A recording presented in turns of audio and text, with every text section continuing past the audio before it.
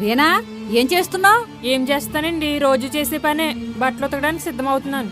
ఏంటమ్మా అంత బాధగా చెప్తున్నావు? లేకపోతే ఏంటండి, ఉతకడానికి చేతులు అరిగిపోతున్నాయి.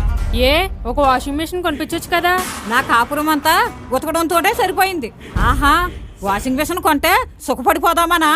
నాకేనేంటి సుఖం, మీరు సుఖపడతారు కదా. మీరు 2 రోజులకు ఒకసారి ఉతుకుతారు కదా.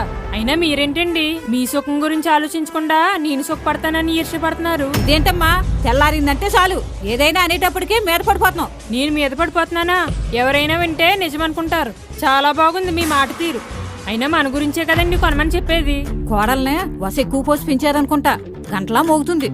చూడమ్మా వీణా, ఇప్పటి వరకు వాషింగ్ మెషిన్ కొనిపించడం నా వల్ల అవ్వలేదు. నువ్వైనా అబ్బాయితో చెప్పి కొనిపించమ్మా. దారిలోకి వచ్చారు. ఇక్కడ ఈవిడ నొప్పించకపోతే వాళ్ళ అబ్బాయితో చెప్పి మళ్ళీ చెడగొట్టేస్తారు. అందుకే ఇక్కడ లైన్ క్లియర్ చేశాను.